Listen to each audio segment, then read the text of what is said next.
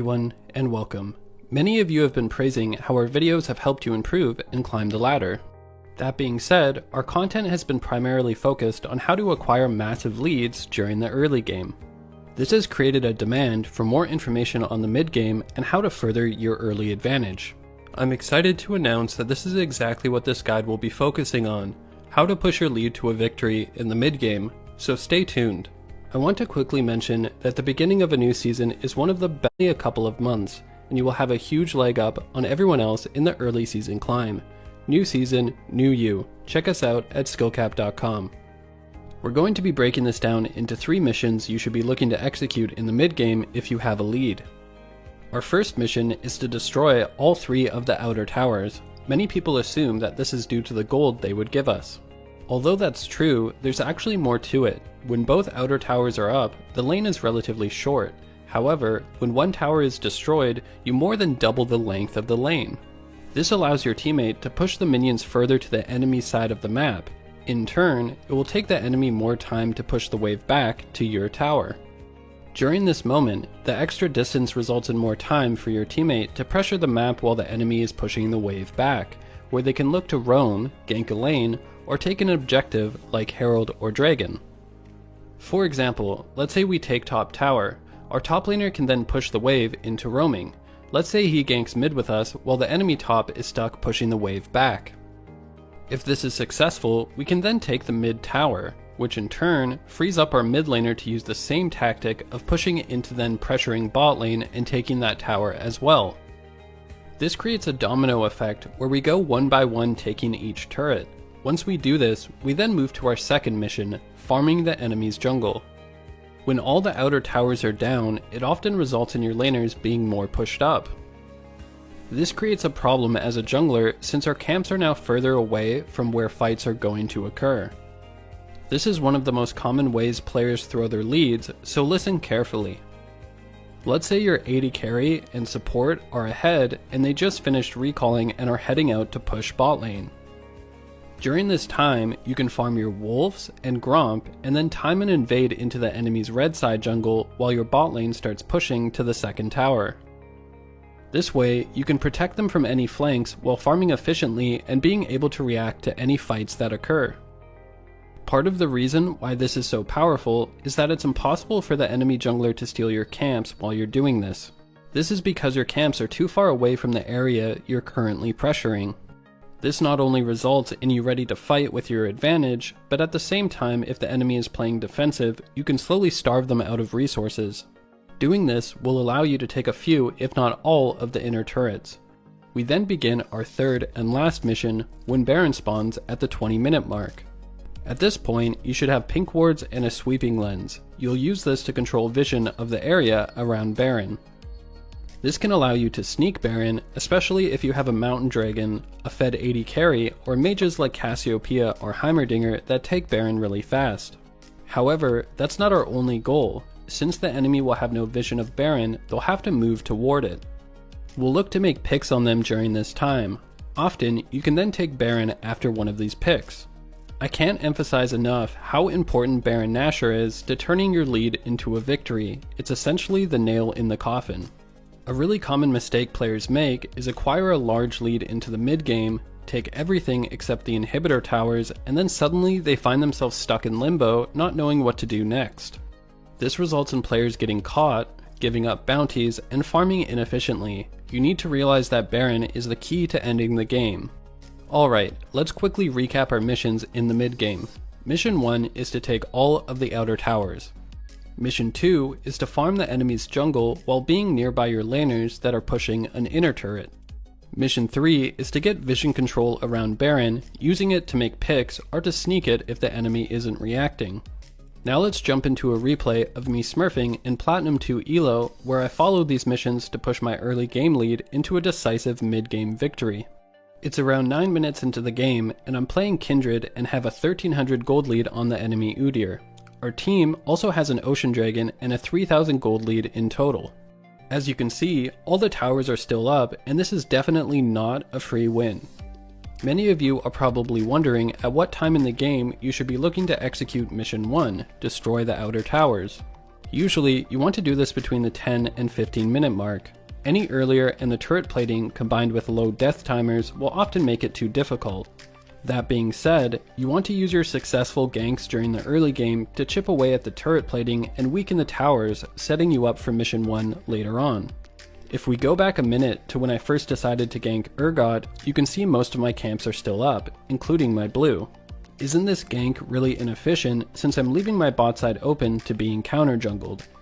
Here's the thing, once the game starts to get around the 10-minute mark, you want to change your mentality to one that is a bit more objective focused.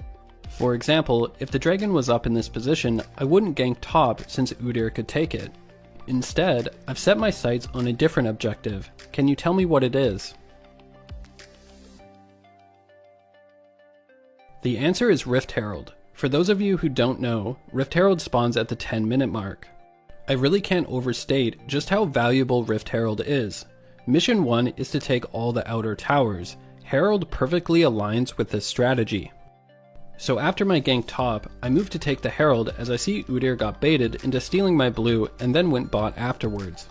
It's important to note that I wouldn't have gone for this if I didn't have priority in my mid lane. Even though Urgot ended up collapsing on me, I was able to secure it with my smite and kill him afterwards with the priority I had in mid lane. After recalling, I began heading towards the bot side. This is due to the fact that the dragon is going to be spawning soon and I want to help pressure lanes around it so that we're able to take it. I'll also be looking for opportunities to use my Herald on mid or bot towers. After I clear Gromp, I notice that the enemy Nami is low on health from a fight bot lane, and the Udyr is pushed up, so I move to gank even though I'm a man down.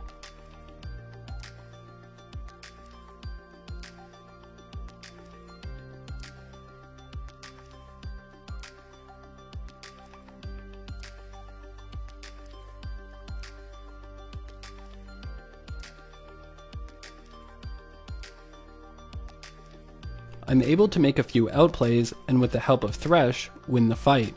At this point, what do you think I should do next? I place the Herald to break the bottom tower and then move to solo Dragon since I know that we just killed 3 enemies and Vayne is getting back to lane to help push with Thresh. I could have made the mistake of staying and pushing with Thresh. Although it may seem like a minor difference, these little optimizations add up over time and make a big difference. While I was fighting bot lane, Ziggs was able to take the mid tower. This may seem like good fortune, but I actually ganked mid lane early and helped take turret plating, which is why he has the lead in the first place. Now that both bot and mid towers are down, our next goal is the top tower. I made sure to type to my bot lane to tell them to rotate top. You should be doing this as well since most teammates aren't aware of what to do. That being said, sometimes your teammates just don't listen. What would I do if Vayne and Thresh stubbornly decided to go bot again? I would not try to take the top tower and instead transition into mission 2, invading the enemy's jungle. This is due to the fact that my gangplank lost lane to the Urgot. Instead, I would be looking to pressure Udyr's bot side jungle to hover near both my mid and bot while they pushed their lead. Fortunately, my bot lane listened, and so when a fight broke out in the river, we were able to easily win with our man advantage.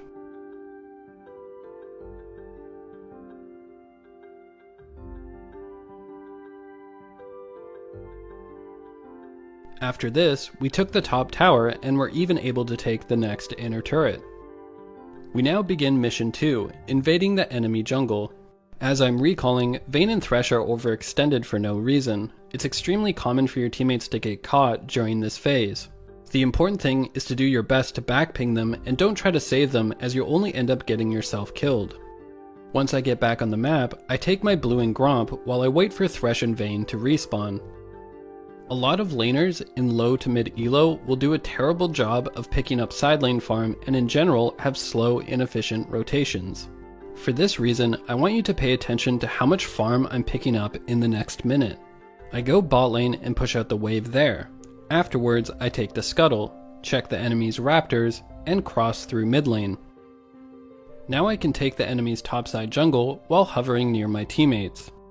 As I leave, I make sure to spam back pings as sieging is a terrible idea since Ziggs isn't with us.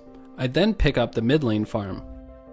Pushing lanes like this is great not only to generate gold and experience, but it also applies pressure on the map and forces the enemy to respond to the wave. For example, in this position, if the enemy players start chasing my teammates, I can go for the open inhibitor. With the pressure I generated from the pushed wave, I now look to clear the enemy's bot side jungle. This prepares me to not only take the upcoming dragon, but also take the camps when they respawn soon. After clearing 2 wards, I'm able to make a pick on the enemy Udyr and get his flash. After which, I take the dragon and then steal his red and begin to recall. Thresh then tries to engage a fight, and I spam back ping as this is a bad idea considering Vayne and Gangplank aren't close to us. Despite this, my team still decides to fight, but I still commit to recalling. Again, we don't want to get baited by our team's poor decision making, as right now I have a 1000 gold bounty. As I'm leaving my base, I know Baron will be spawning soon, so I'm preparing for mission 3, get vision control around Baron.